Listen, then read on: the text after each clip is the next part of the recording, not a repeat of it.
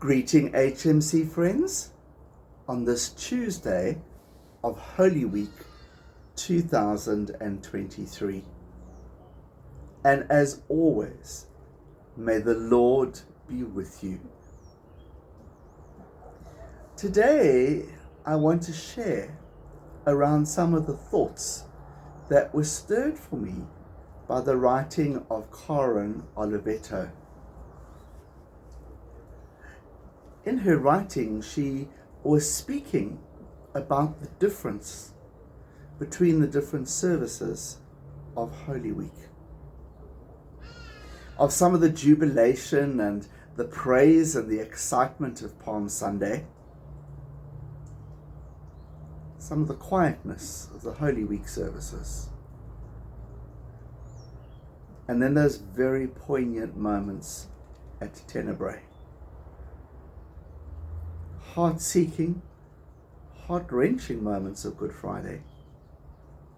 And then, of course, the greatest celebration on Easter Sunday of the resurrection of Jesus Christ. But she spoke of how each of those services have different attendance.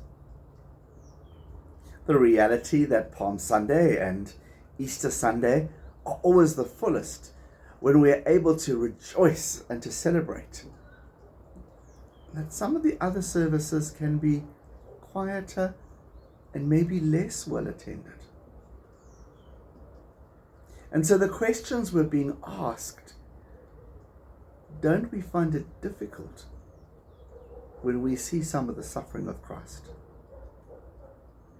It has always puzzled me that there are even churches who don't hold Good Friday services. The claim is that these have been created by humans and not in Scripture. And yet Good Friday is central to the gospel. But going back to her writings and some of those thoughts, there was only a handful of people who remained with Jesus through this week, and as the pressure began to mount. And even though Peter denied him in the courtyard, Peter was still there. And there were the group of faithful women, led by his mother Mary,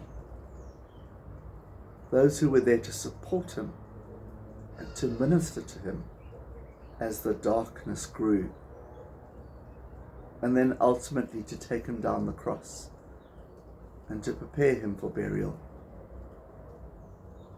And this is such a lovely illustration, because sometimes it's easy for us to find God when it's good, when there's time to rejoice, and we can have a wonderful time praising amazing songs that fill us with joy. But the poignancy of this week is of the Christ, who was a human being, that common thread we've been pulling through. The suffering of a human being. But the reality that Christ, in his human form, went to the depths of the Garden of Gethsemane. That Christ, in this God form, goes with us into the depths of our suffering. Though others may abandon, God never abandons us within that. And so as we journey this week, there are difficult moments. But let's remain faithful to God, turning to God, witnessing this great act of love. No greater love has anyone else but to lay down their life, to join and to take their suffering.